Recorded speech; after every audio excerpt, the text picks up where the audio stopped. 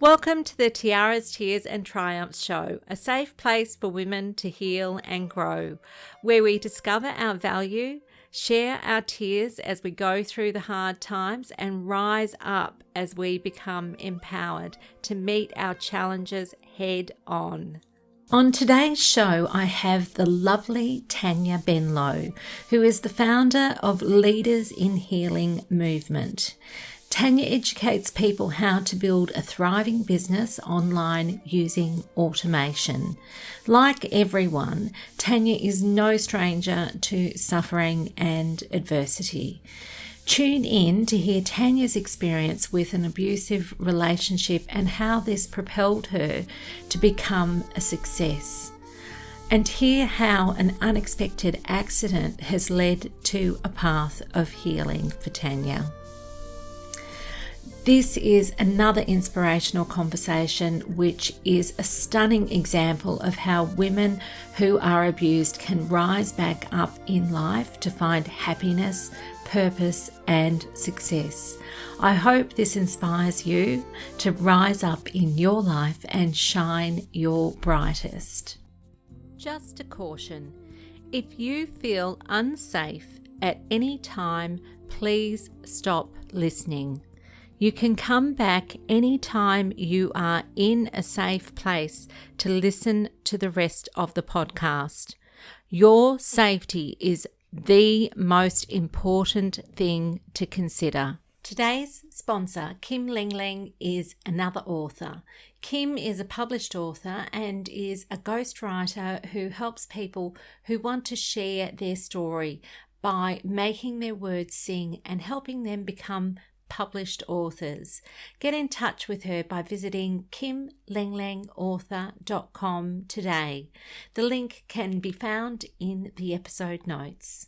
Hello, Tanya. I am so happy to have you as a featured guest today. You came to my attention because a friend and colleague thought it would be a good idea if I got in contact with you. And at that time, I had absolutely no idea of who you are and what your life story was like. So when you opened up to me and we had a chat about your past, I knew that you would be a wonderful guest for this podcast.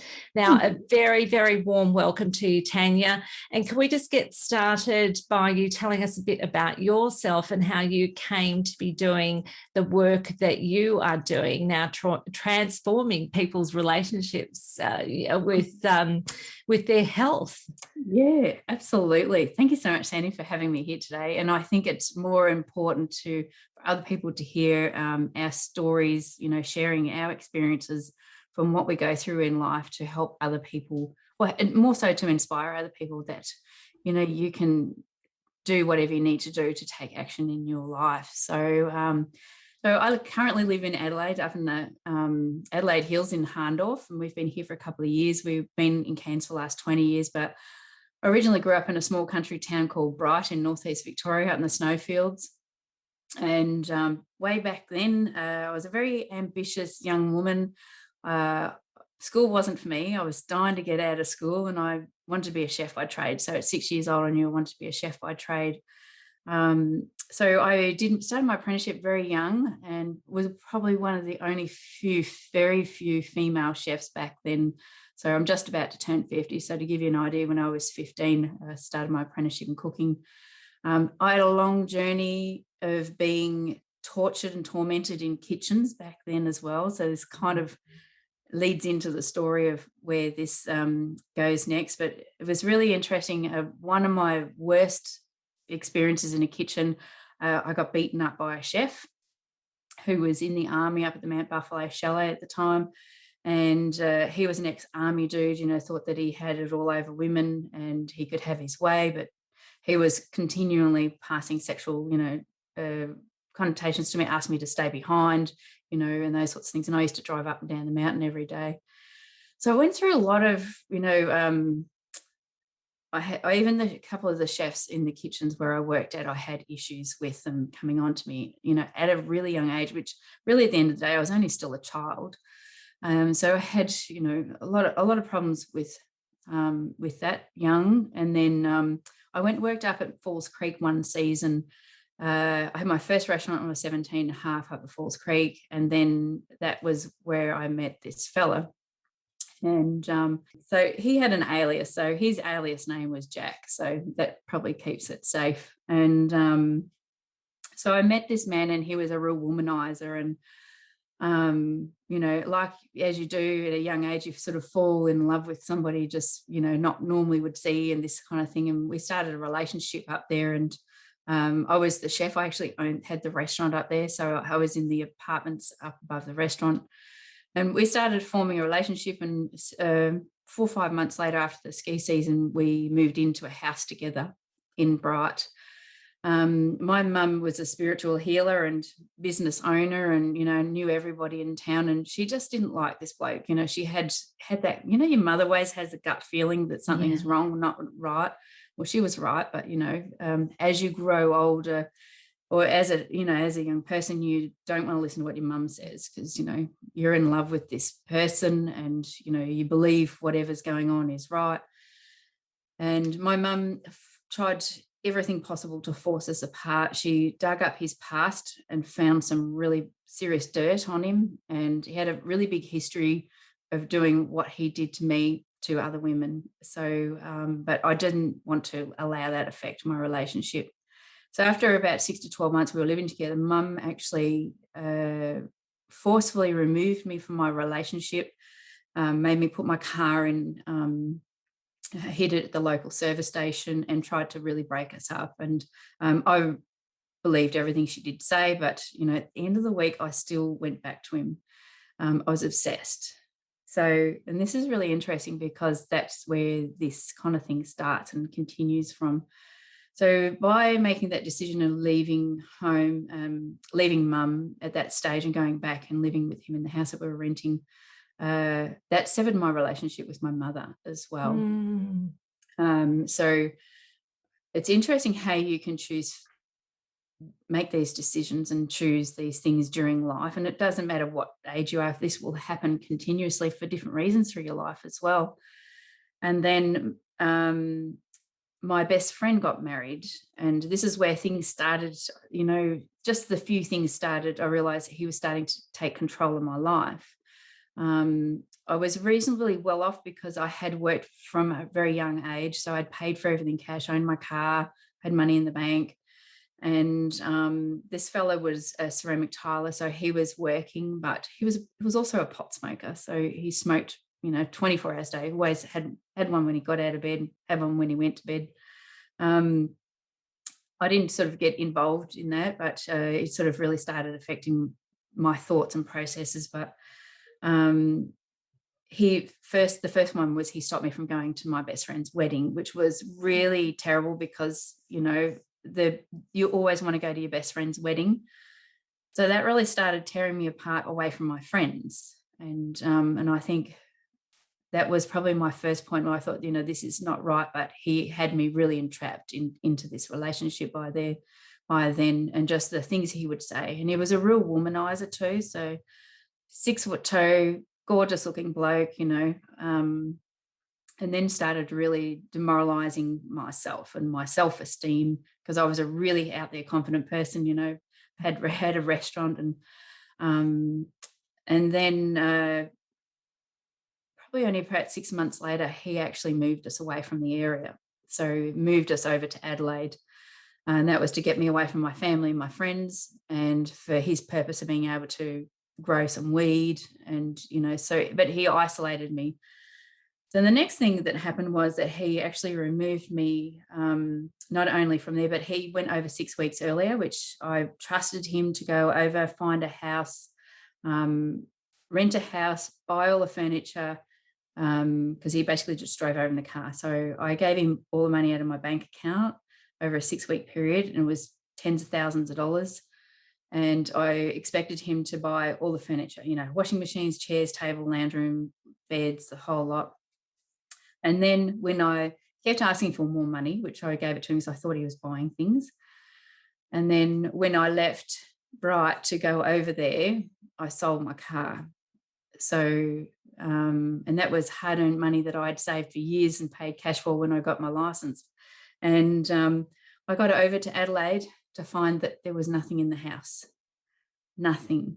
There was no chairs, no tables, no nothing. There was a mattress on the floor, and that was it. So he'd spent the whole lot on drugs and wasted it. I don't know what he was doing. For all I know, he would, now I look back and I know what's going to happen at the end of the story. He could have been paying for hookers. Who knows? Don't know what was going on. So I moved to right down the bottom coast of South Australia. So had us isolated in a town because I had no car, and he was going off to work. So I had to stay home all day, every day, and do nothing.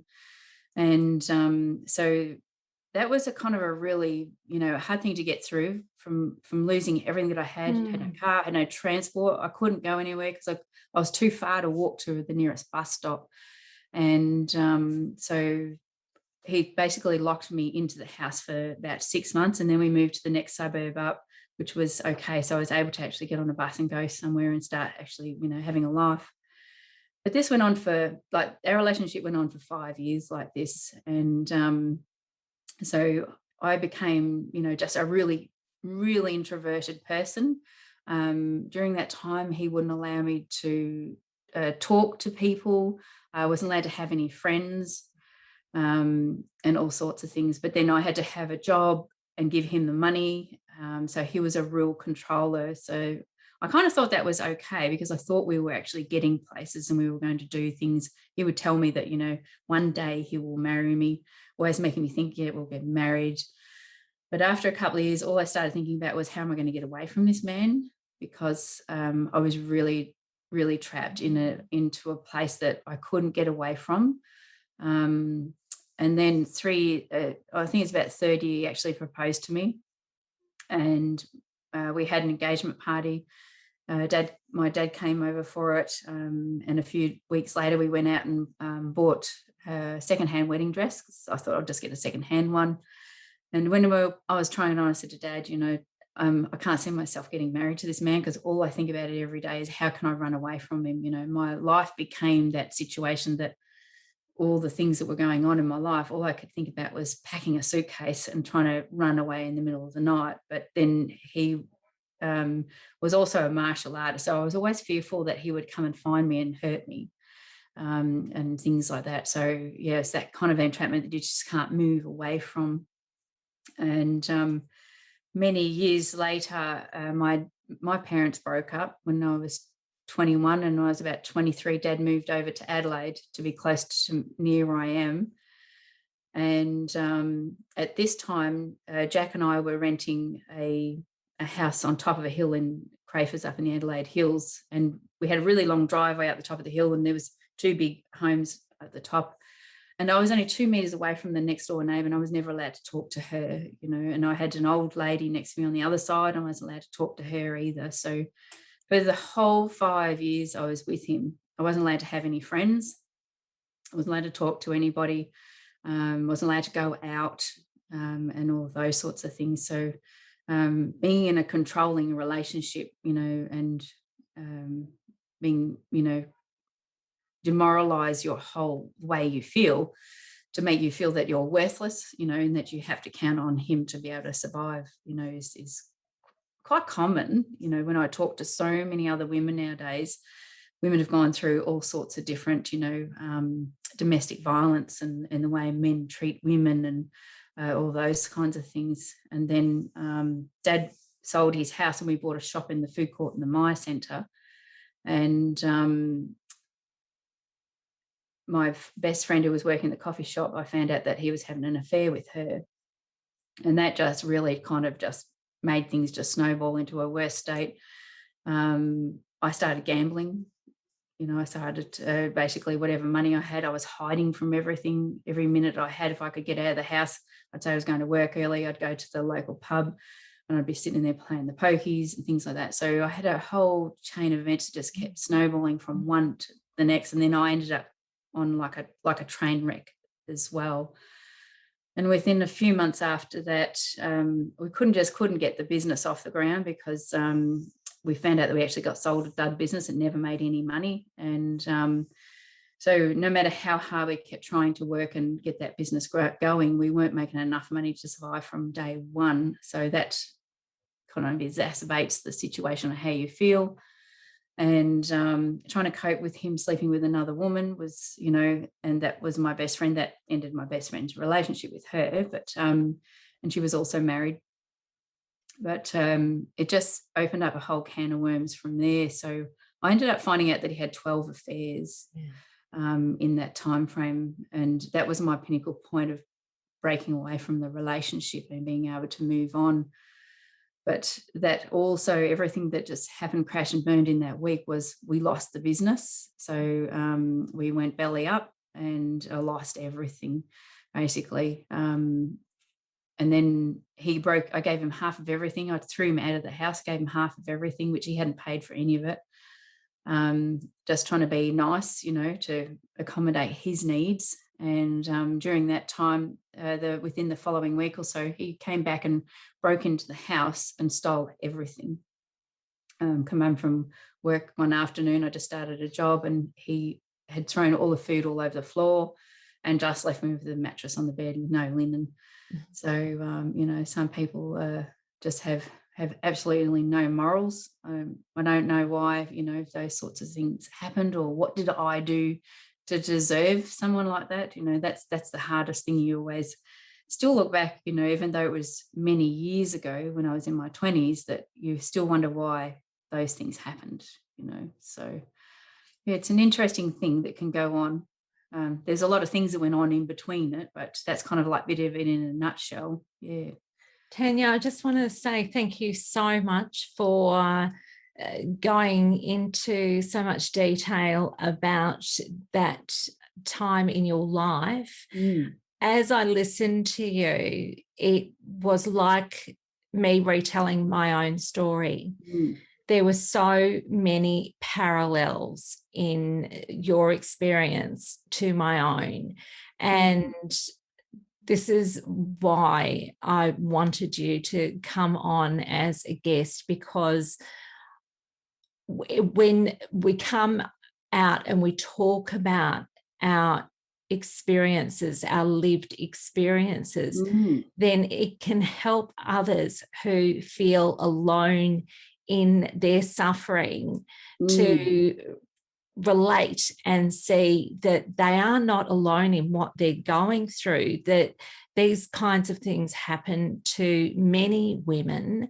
And there was one thing I wanted to I want to rewind back to a point where you were talking about your obsession with him. And this is a really interesting point, because it's not something that is generally talked about that much when it comes to narcissistic relationships and why women become so bonded to these toxic men. And I'd be interested to know from you, in retrospect, seeing what inner wisdom you've drawn from that, because it was very courageous of you to talk about that in the first place, Tanya, to talk about that compulsion that you had to keep going towards somebody who your mum, had gone to great lengths to say, sweetie, he's a wolf. You don't want to be with this guy because he's going to hurt you. And you had this compulsion to go back anyway. And I can say the same thing for myself, is that I saw red flags at the beginning of the relationship, and it wasn't my mother, but it was my best friend who said at that time, are you sure? Because I think he's a player. And I said, oh no, I'm sure that, that's not the case. Even though I'd seen red flags that pointed to things being dangerous and not normal, not healthy. And I still went all in with that relationship. What wisdom do you think that you have drawn from that you can share now? I think so much. And that's, like you said, it's thinking when you look back on it, that you can get through it, but I think, like, I've gone through a lot of other different things in life, losing the business and going through all that. And I think once you hit rock bottom, you can work your way back. But these are all choices. Like I always say, to everyone, we've got a choice. Doesn't matter what it is. We've got a choice to wake up in the morning and get out of bed and do this, A, or we've got a choice to do B. As much as I kept moving forward and wanting to do what I wanted to do, I couldn't, kept drawing back. And I went through a state of wanting to commit suicide, and I had a doctor help me through that as well, because I just didn't see there was a point to live. I really felt like my whole life was destroyed. And then losing the shop, that I nearly lost my dad because he was suicidal as well. So it wasn't just me I was affected; it really affected my entire family. And I think it might be getting off track here, but I think there was one pinnacle point where the counsellor sort of said to me too that, even though I was suicidal, about thinking about not only myself, because I was only thinking about myself. They said, when you need to think about your family and your friends and who you're going to affect if you go down that pathway. That was my turning point, like 100% my turning point, because once I sat down and thought, I was ready to get in the car and drive flat out down the road and hit a stovey pole, so I had planned what I was going to do. And just before I got in the car, I rang the doctor and asked for help. And that was the point where, they said that sort of thing. And I went, oh, I never gave my family or my friends a thought. All I was always thinking about myself, because, you are in that poor me syndrome, if you're so hurt and you're broken and you feel worthless, and, but you've got to find that, every time I've gone through different things, it's come back down to that low ground point again. And then I've realized you can actually start. So being able to find a good counsellor was the biggest thing in my life, that I could find somebody to talk to and really unpack all those things, and then work out what did I do. Wasn't what I did do wrong, because we don't do anything particularly wrong, because we've got somebody that's actually controlling us and controlling every move, controlling what we say, what we wear, how fat we are, what we eat, and all of that kind of stuff. So when you have somebody that really demoralizes everything that you do and takes away all those choices, you realize you don't have those choices until that's gone. So the minute he was gone and gone out of my life, I made that decision not to allow him back in again. That was the hard one, because there was a few times, we kind of broke up, but then I would always let him talk me back. God only knows why. You allow them back in. And it wasn't until that drawing point when I found out he was having an affair with my best friend. That was my drawing point. I went, you know what, this is not happening again. And just making that decision and to stand strong, and that was where I was able to then, it was just like micro steps. Every day was just a small step to doing one new thing, getting a lot of help. I actually met my next door neighbour for the first time. We'd been living there for a year. So, just having sort of started surrounding myself and meeting people. So it was just, you do meet the wrong people sometimes, even friends, as that kind of thing happens. Because I think I've learnt that when you are in a negative state of mind, you can actually also still attract the wrong people into your life. And that can be friends. Yes. So not only partners, but other friends. So one thing my mum taught me at a young age was to think about, put your energy into who you want to be with, like really call in. She was a spiritual healer. So call into the universe who exactly you wanted to have in your life, not think about, I've had that in my life, am I going to attract the next person into my life again? And I certainly did not want to see anybody for, like, I thought for an eternity after that, because you got a lot of healing to do and a lot of recovery to do. So it's pretty full on. Yeah. And allowing time to do it. And yet you did meet somebody, and that person was a great fit for you, and you've been together for quite some time now. 25 years, 26 years. I think 25, that was last year, yes. Yeah. Yeah. And So, and thank God for your mum, with the wisdom that she shared with you about focusing on the type of people that you wanted to attract into your life. And I think one of the lessons that is often there for victims is learning how to create safe boundaries for yourself. So I think that is definitely one of the things that we can take away, the lessons that we can take away after breaking free from that negative cycle that we've been in, because a lot of victims are really empathetic people, and empathetic people can often be yes people, very wanting to please other people and say yes to things that might compromise them and their well-being. So learning that no is a very good word to use, and it is completely appropriate to say no to things in your life that don't align with you and your values.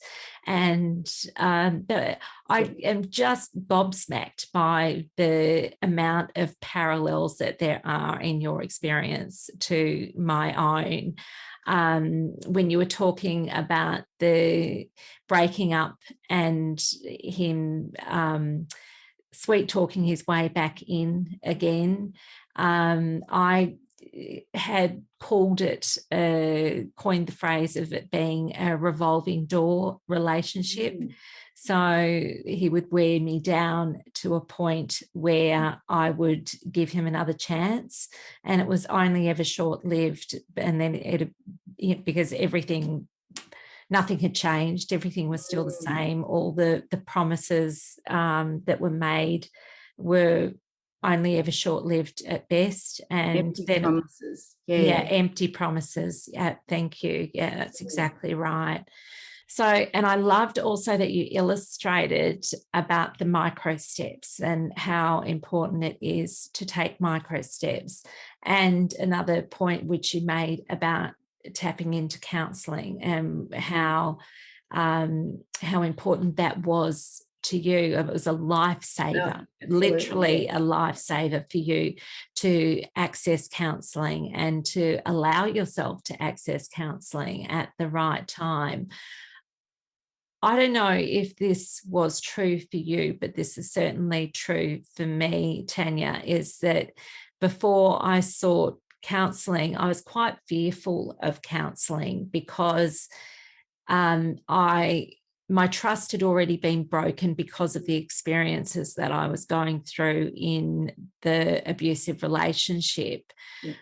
And so I was actually quite fearful of counselling that it would somehow weaken my position further by acknowledging to somebody how messed up I was feeling at that time. It's a huge leap of faith with vulnerability, because you're at your most vulnerable point, and you're opening up to somebody about this gravity of the way that you're feeling about life, and just not wanting to actually go on with life. If there's a way out, I kind of think maybe that's a good idea, but of course it isn't a good idea. But these feelings that come to us in our deepest, darkest moments. Did you, because you did push through any of those kinds of feelings and you did seek help, how happy are you that you made that choice to amazing. seek help? If I wanted to give you a bit of something to think about here, so that's not the first time I've had a lot of counselling through my life now, from all different events that have gone on, and I now really know. I didn't know back then. I was just really lucky that the doctor hooked me up with Relationships Australia, and I landed a really awesome woman straight off. And she was just like my best friend. I could talk honestly and openly with her. I felt really comfortable from the minute I met her. She gave great advice, like really great advice. But what she also unpacked was all the issues that I had with my mother, family stuff, like unpacked everything. So it really allowed me to heal and work through a lot of stuff. It wasn't just that. And you'll quite often find that probably everybody has the same thing. And as I've had different things go through my life, I've had a lot of trauma as major surgeries from accidents that I've had. So I've had a lot of counselling and, was suicidal again for other things.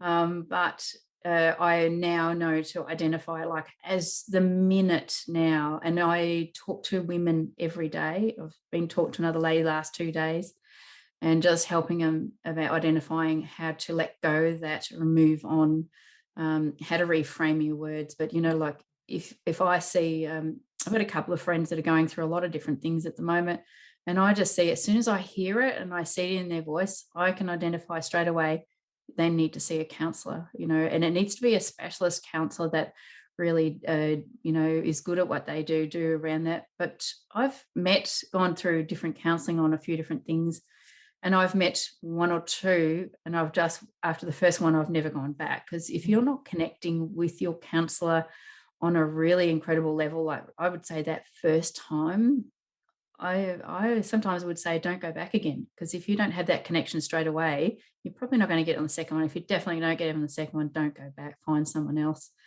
because everybody's different. Everybody's got, they either know what you've gone through before. You would expect, if you're seeing a counsellor, they've actually gone through this before, so they understand and they can give you tips and strategies. That would be my best takeaway for anybody today, to allow you to do that. And Tanya, like I was saying to you the other day, my life's pretty amazing now. And I actually had a business coach the other day say to me, if I had an opportunity, would I change anything in my life? And I said, absolutely not. I'd do it all again.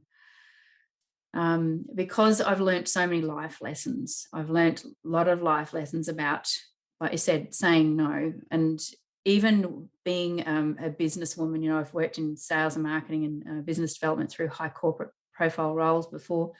And learning to say no is very powerful. It doesn't matter whether it's your home life, personal life, like even a best friend, you might meet the wrong friend, and it is okay to say, no, you're not the right fit for me. Might not say that out loud, but you might say that internally. These people are not the right fit for me. I need to remove them out of my circle of friends. More and more in the last couple of years, I've really learned to actually empower myself again and again to be able to do that. And now I'm realizing the more I'm removing friends, but I've started removing even family members that are toxic and constantly, bring me down because they don't like what I do or who I represent.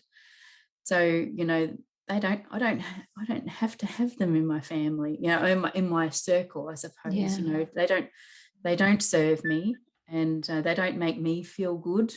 So it's very powerful to learn that word no, because you certainly do go through that yes stage. You're trying to please, then you go into that people pleaser stage, every time you go through trauma of any kind. So every time I've gone through different trauma stages, I go back to that people pleasing stage again, and then I go, what am I doing? Mm-hmm. I've gone back onto that circle again, where you're sort of, following through different chain of patterns in your life again, and you start to identify it quickly the more you go through it. It's really interesting, isn't it, that it comes at a time where you are feeling disempowered. Yes. Yeah. But you It's learn to identify it. All you do is, if you look at every time you go through these things, it just makes you stronger and makes you a better person if you choose to learn from that experience and move on. So you can choose to make a decision and stay in that, life of scarcity and that kind of thing. But there's got to come draw that line in the sand this one day, wake up tomorrow and go, you know what, I'm never going to let this happen again. I'm going to change my life today. And then the more you start waking up every morning and empowering yourself to do something little, could be reading a book. For me, it was like one of the most simple things that I hadn't done for myself that I loved the most was to go and sit by a river. Mm. So I know I hadn't done that for years. Just sitting by the river. Tell me, Tanya, how did sitting by a river empower you? just it cleared my mind and just made me. It took me back to my childhood where I grew up, being in an amazing town with amazing people where you knew everybody. Like you couldn't hide anything, couldn't go to the local phone box and make a phone call without everyone in town knowing what you were doing. And I think always felt a sense of happiness and being a complete person by growing up in a town like that, where everybody, just loves who you are. There was everyone to say hello to you. Everybody talk to you as you walk down the street. So you actually felt amazing. So that by sitting in the river in Bright, if you've ever been to Bright, has all the big three rivers come into the one. So we used to just sit there after school every day, or we'd fish in the river every day, or things like that. So it just brought me back to, like she said, that one thing that really I missed the most. So it made me feel amazing inside, just made me feel happy. And then the only other thing was reading a magazine. I hadn't read a magazine for years. So she said, well, it's those tiny little things that you need to put back in your life that you missed and you loved the most. So I started going buying myself a magazine. So I was like, how did I stop allowing myself to go and buy a magazine? It's funny, isn't it? But it's often the simple things which can have the most powerful results. Yeah. So I started just implementing, it was just those little things. Yeah. And then, it took me months before I went and got a job again. And I just started off with a really crappy job. But I just needed to have a job that I didn't have to think about for a while, and so I could get my life back on track, start earning an income, because I was on Centrelink for quite a while. And then, but the weirdest thing was I met my husband through my next door neighbour. And as much as I did not want a man in my life, he was the right one. And so, yeah, just you never know what's going to happen. But I think when you're not looking or expecting, that's when the right things happen sometimes too. So that's what everybody says. The right man usually falls in your lap when you're least expecting it. But it was just really implementing that small things, buying myself some clothes, having a haircut, and having regular massages. I used to have regular massages all the time. So I love, I make sure, even right now, I still make sure I go and have a regular massage. If it's not every week, it's every second week. So, and so there's a lot of self-love and self-care examples that you're sharing right now. And the reason that they are just so important is because when you are looking after yourself in the right way, then the rest of your life will reflect that. So it is absolutely empowering to give yourself that time. And I think that that's the opposite to what happens when you're a victim in a relationship, because when you're in a victim, self-care falls to the absolute bottom of the list of priorities. It just doesn't even get seen. And that's why it's just so important on the other side of an abusive relationship to really identify what sort of self-care things work for you and really nourish you and make you feel loved and valued and special.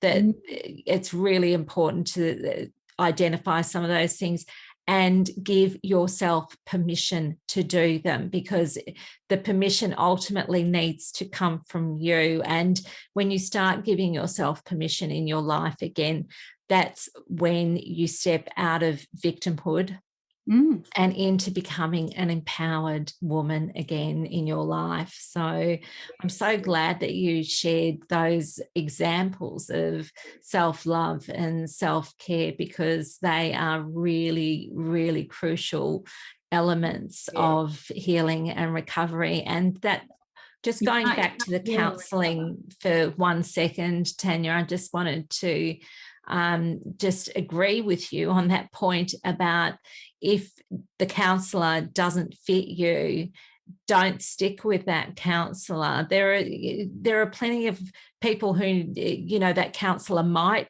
work for, but it's all about you. This is, if you're getting counselling, it's not about the counsellor, it's all about you. So you really need to, that counsellor needs to be like your best friend, needs to be that trusted confidant that you feel really, really comfortable just talking about your most vulnerable self. And if you don't feel comfortable sharing things on a really deep level with your counsellor, then it's a good idea to try another counsellor and see if you can find somebody who does fit better and who you relate to and you feel comfortable sitting there and just getting whatever it is off your chest and sharing it with them.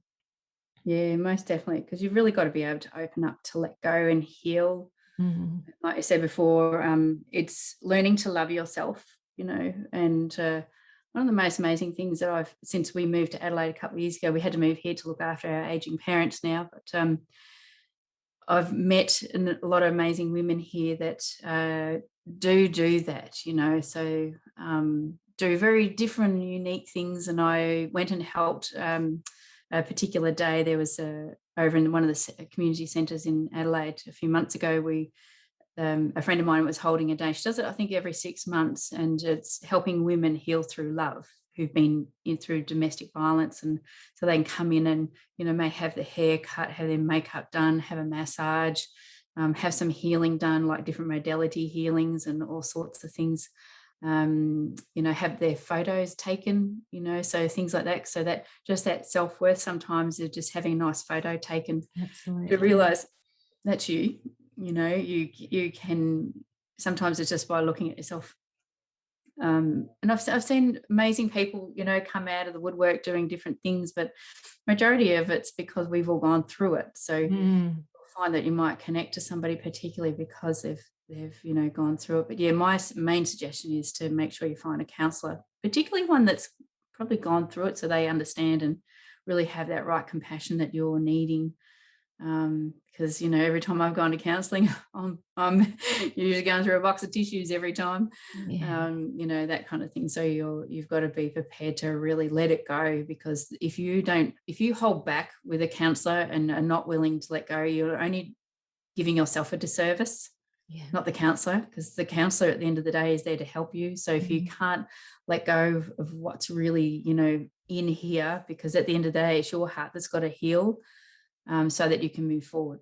Yeah, very, very well said, Tanya. Thank you so much. You're welcome. So, yeah, I think, is there anything you talked about the other experiences that you've had too, where you've faced some physical challenges in your life, where you've had to go through surgery, and I think that you're no stranger to chronic pain. And what are some of the things, and I know that you've talked about the counselling and you've talked about self-love and self-care, and there's a lot of amazing strategies that you've shared to help the listeners to get really, you know, proactive and know, all right, if I'm feeling like this, I can try this. So, but what sort of things during that time where you're really struggling with something like the chronic pain, and there seems to be no end in sight with a solution to the problem that you're going through, what are some of the things that you recognize in yourself now that have helped you through those times? Well, it's really interesting. So if I draw back on one particular thing to give people an amazing tip, and this could be also around what they're going through, only anything, was a friend of mum's gave me a tip. So when I was going through, I had 2 spinal fusions done in 1 year, and I spent a whole year laying flat in the bed just staring at the same dot on the ceiling wall. And I couldn't move, like I couldn't get out of bed. So my husband had to lift me out of bed, shower me and put me back into bed, you know, I had to be lifted to go to the toilet and all that kind of stuff. So that one particular year was extraordinarily traumatic. You know, and your head just doesn't go in the right places. And my mum's friend Diane, she said to me, she had been through different things and cancer through her life. And she said, go and buy a really large diary, the diaries that have the 1 full page diary on it, and write in it, just write in it all day. So I would also record all the medications I was on, because I did overdose quite a few times, because I would sit on the bed, take my pills, turn around, go, did I take the pills? Can't remember. Oh, put another lot in. And, so Yeah. that happens really easy. So I would then have to get into a habit of actually putting the pills on the bench and then write in the diary. So if I wrote in the diary, I took them.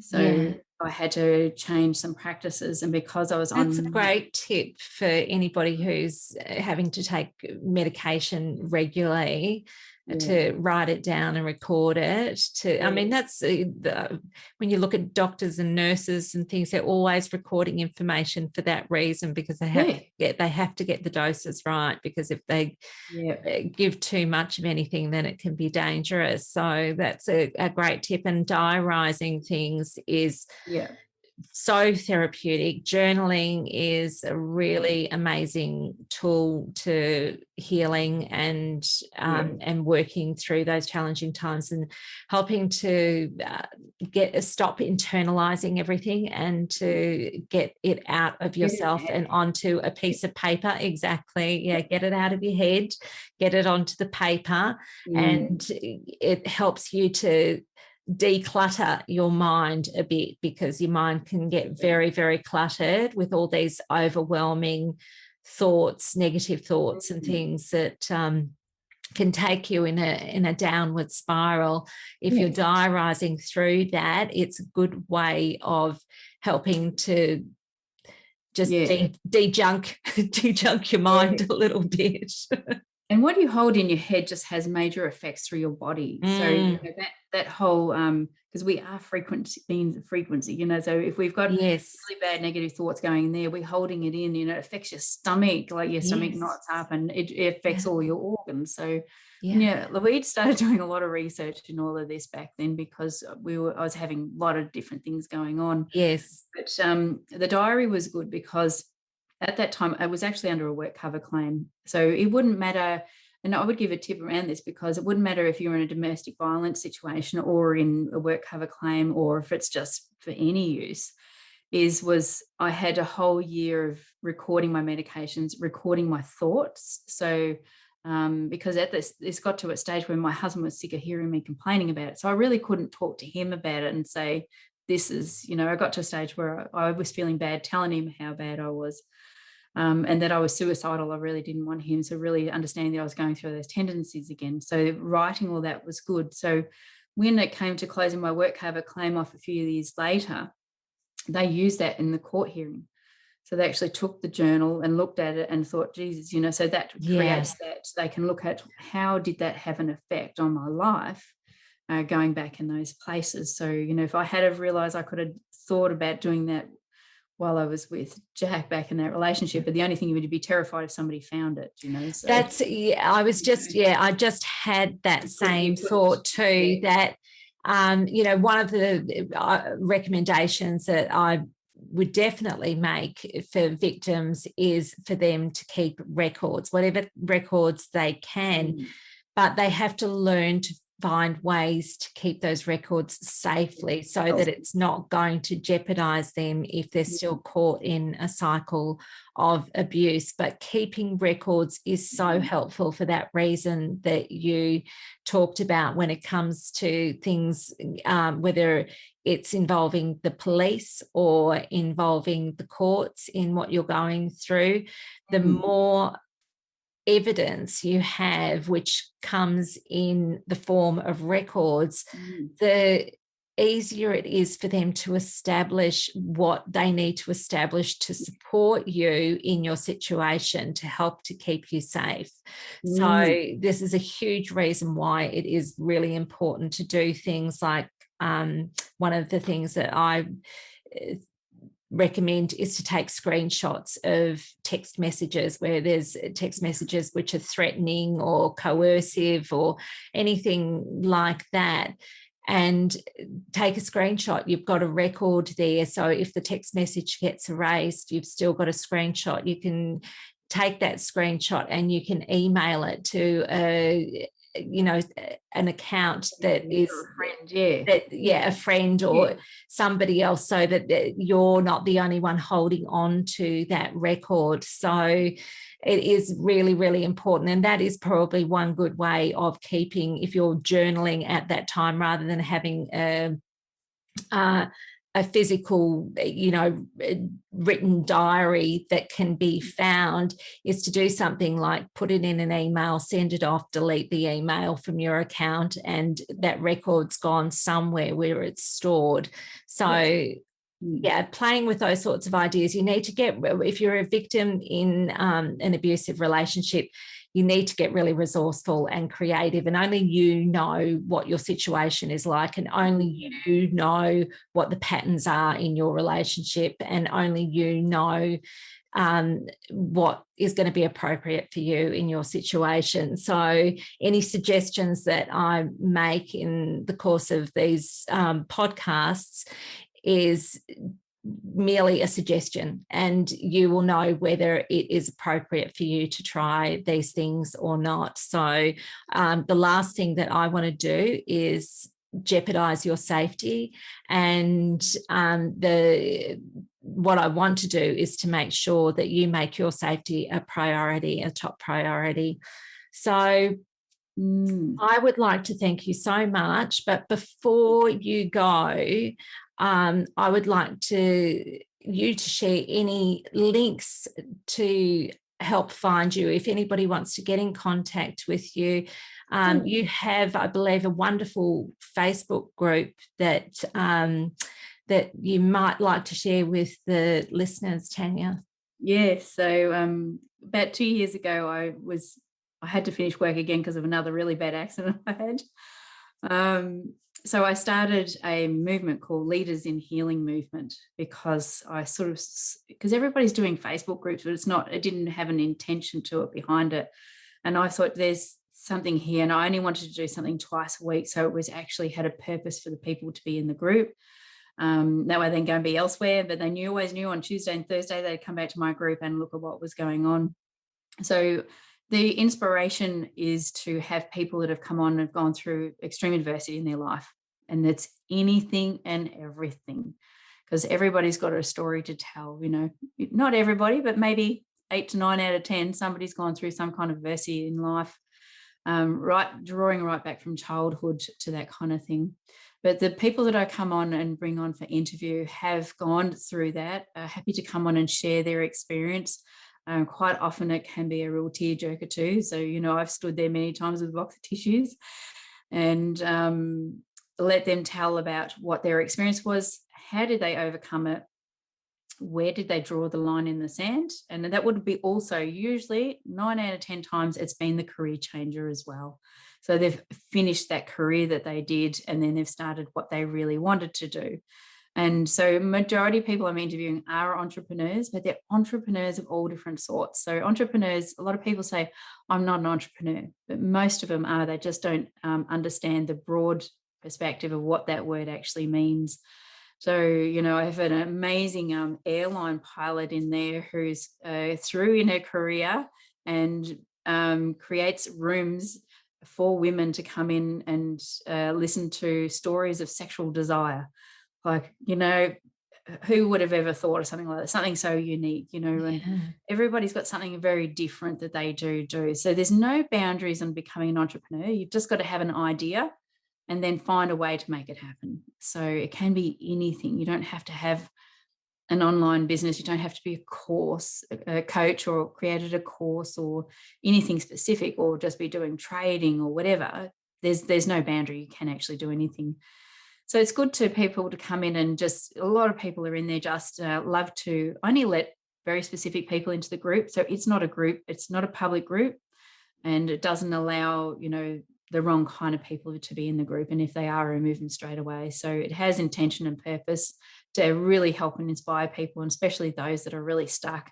And a lot of people a few people that have been in there and sitting there and watching and enjoying it And now they've come out and, have been able to share what they actually do. So they feel the confidence. And sometimes it's great because it's the first time they've ever come out and done a live.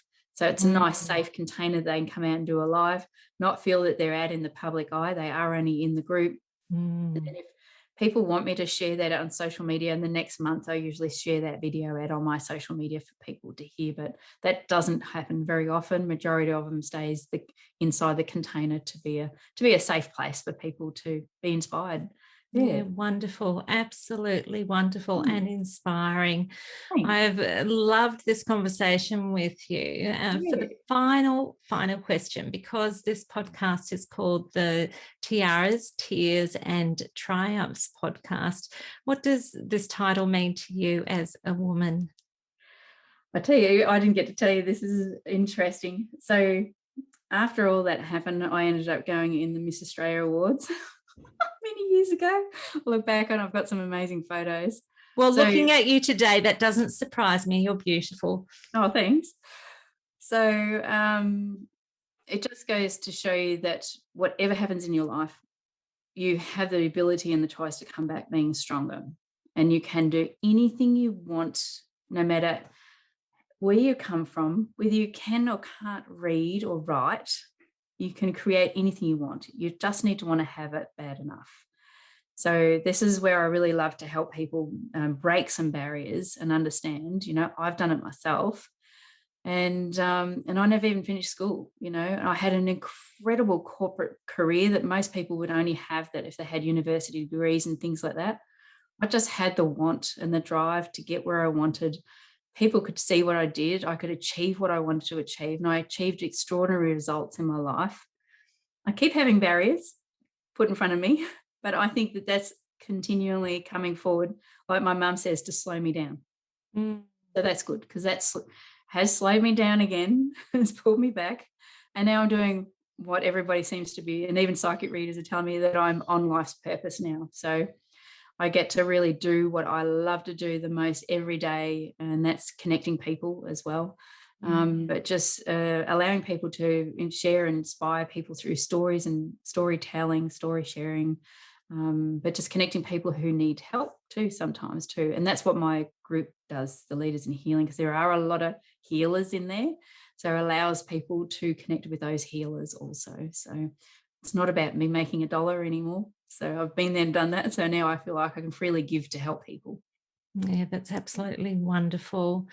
Well, thank you very, very much, Tanya. I have loved this conversation that we've had. And it was lovely meeting you too. Yeah, it's just wonderful opportunity that came along, and I love these kinds of surprises that life has in store that you just...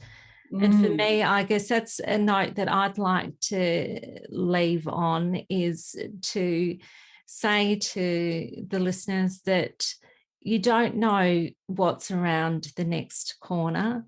And if you are open to creating the life that you really want deep down inside, then life will have some nice surprises waiting for you. Absolutely. Yeah. Just got to be willing to accept them. Beautiful. Thank you, Sandy. It was lovely. Yeah, thanks, Tanya. I hope that you enjoyed today's conversation with Tanya Benlow.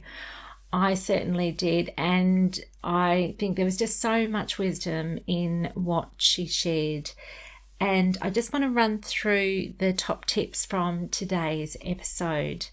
Number 1, if you find out at any stage in your relationship that your partner has been abusive to other women in previous relationships, this is a real red flag. You may think that the way that he is currently treating you shows no indications that he will be abusive to you too, but the chances are you will be victim to exactly the same patterns of behaviour as previous partners.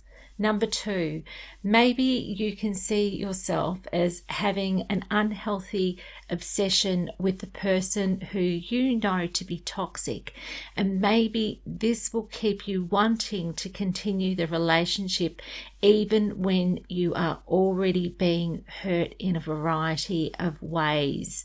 Try and be mindful and think, is this something that is happening for you?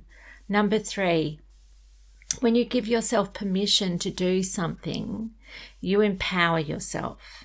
So give yourself choices to help you break free from a victim mindset. Number 4, keeping a diary or journaling is a great way of getting things out of your head and onto paper. Number 5, record keeping is something you should be doing if you are in an abusive relationship, and when you leave an abusive relationship too, while you still have contact with the abusive partner. But you must find a way to keep records safely so that they do not jeopardize your safety with that person. Number 6, once you are committed to the relationship, you may feel too vested to give up on it. And maybe you are in a state of hopefulness that everything will somehow work itself out. This is normal and natural to feel this way, but it doesn't mean that you should stay. Okay, number 7, when your partner isolates you from your friends and from your family, it is a big red flag that they are using coercive control, which is a form of abuse. Number 8, suggesting that you move away or convincing you to move away from your friends and family is a tactic to further isolate you, disempower you, and control you. Number 9, financial control is a form of abuse, and this happens to 99% of women in abusive relationships. If your partner is controlling your finances and leaving you vulnerable financially, you need to find ways to build some emergency funds. The idea is for you to get back enough to allow you to exit the relationship, even if this is only the bond and the first month's rent for a rental property. It's just your backup. You need to create enough to have a backup plan to help you to be able to break free from that toxic relationship when you are ready. Number 10, as was the case for Tanya, it is very common for women to trust their partner to do the right thing for them financially. It does not seem normal because where there is mutual trust and mutual respect, there should be no paper trail to prove that your partner is using your money for the intended purpose. So what do? How can you maintain some control when they expect you to blindly trust them with your money? One way might be to say that you will pay for things directly. Today, it is very easy to make digital direct transactions. Keep your PIN number to yourself and your password to your bank account to yourself too. If you have a joint account, then keep a close eye on transactions and withdrawals, and always have a separate account that is in your name only and that only you have access to. This is the type of account that I'm talking about for having a backup plan and an emergency fund. If you can even put $20 aside a week and put that into that account, that money will quickly add up. Just if there's anything that you can just get into that account to have some financial security for yourself, this can make a huge difference in a relatively short space of time. Number 11, promises of getting married one day, but never getting to the stage of actually setting a date is another red flag. It is a tactic to keep you feeling loved and honoured enough to want to make you his wife, to tug at your heartstrings so that you stay even when you are miserable in the relationship. Number 12, affairs are very common in abusive relationships. This is another reason to keep you isolated so that you do not have the self-confidence to hold them accountable for their infidelity. Number 13, one way to help yourself to become more objective about whether or not to stay in an abusive relationship is to ask yourself, if this was happening to someone else who you love and care about, would you want them to stay stuck in this abusive situation? Number 14, Tanya made a point that we might damn ourselves to stay a victim of our circumstances. But if we think beyond to how this is impacting on our family and other people who love and care about us, it helps us to try our best to do what is needed to begin to turn our lives around for the better. Number 15, we feel hurt and broken and just want to escape the pain of what we are going through. But we need to remember that there are other people who want to see us heal and find happiness and stability in our lives again. Number 16, finding a good counsellor is one of the best things you can do to help you find a path to healing your life. If you do not relate well to a new counsellor, try another. It is really important to feel comfortable enough with your counsellor that you can let go and open up to them about what is going on for you and how that is making you feel deep down inside. This helps you to get the weight of what you are carrying outside of yourself and let go of some of the burden of what you are dealing with. Number 17, when you break free from the cycle of abuse and you are reeling from the trauma of what you have been through, it is very easy to still attract the wrong kind of people into your life because you are still carrying so much of the energy from the abusive relationship. Number 18, if all you think of is what you don't want, then write it all down and then flip it. This is one of the exercises that I do with my clients. I help them to flip what they don't want into creating a list of things that they do want. And this becomes a goals, dreams, and hopes list. This gives you a positive direction to move in and helps you change your energy away from victimhood. Number 19, remember that micro steps in the right direction can get you to that goal, dream, or desire that you have. As much as you want an instant fix, it is far better to start taking small, manageable steps than it is to wait for that magical transformation to happen instantaneously. Number 20, starting to empower yourself starts with self-love and self-care. When you start doing the simple things which give yourself value again, like getting your hair done or buying a magazine or sitting in nature, your energy will change and you will feel stronger and more like the you that you used to be. Or if you have always been hard on yourself, you will begin to reap the benefits of taking care of yourself by giving yourself the love and the care that you deserve. I hope that this helps you to rise and shine. We all go through dark times. When we do, we often feel alone. This is a safe space for you to come and look for some light. I'm a survivor of an abusive relationship, and for a long time I had no voice because I was too scared to speak up and speak out about what was happening to me. I couldn't see a light at the end of the tunnel, but when I turned a corner in my life, the light started filtering through and I left my old life behind. I am here now to help other women feel seen, heard, and valued. I'm reaching out with my light, shining on you to help you find your way out of the darkness.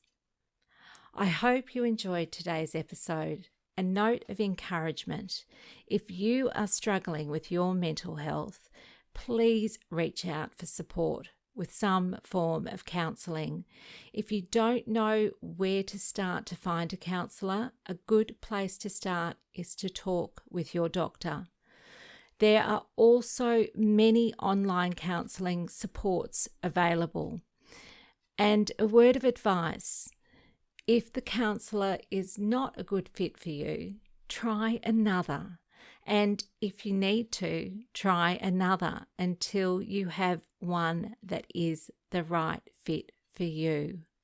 Tune in again for the Tiaras, Tears and Triumphs podcast, helping women who have been hurt to heal and grow, hosted by me, Sandy J. This program provides a safe place to work on inner peace and a strong mindset, spells out how to spot the red flags, advises on ways to stay safe and work on effective safety planning, gives tips on how to look after you when things are tough, teaches empowerment strategies, acknowledges life's challenges and explores ways to meet these challenges head on, to go from surviving to rising to striving and finally to thriving.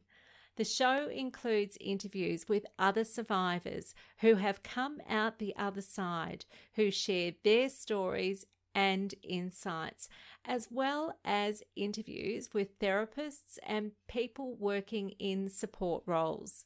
I am a survivor and I use my experience and skills to help other women like me. Please listen and be uplifted to rise in this safe space where dignity, kindness, and compassion are treasured. And don't forget, if you need some support, I am here for you. I don't want any woman to suffer alone in silence. I don't want any woman to feel oppressed and feel that there is no way out. I want you to know that you can turn a corner. I am a life change facilitator. I help women regain control over their lives. You can find me at sandyj.com.au. Hey now, can you just pause a moment before you go? Because I need you to share your light and leave a review. Can you just take a quick minute to leave a review in iTunes to let other women know this is a show they can trust? It would mean the world to me if you could help shine a light for someone who can't see the light at the end of their tunnel. I need you to do this for someone else who needs some support and encouragement. If you like this show, please subscribe and you will automatically be updated with future episodes when they are released. And please share this podcast with anyone you know who it might help. Thank you so much for tuning in today. Sending you lots of love and light, and above all else, wishing you well. You are brilliant. Keep shining. Stay safe, Sandy.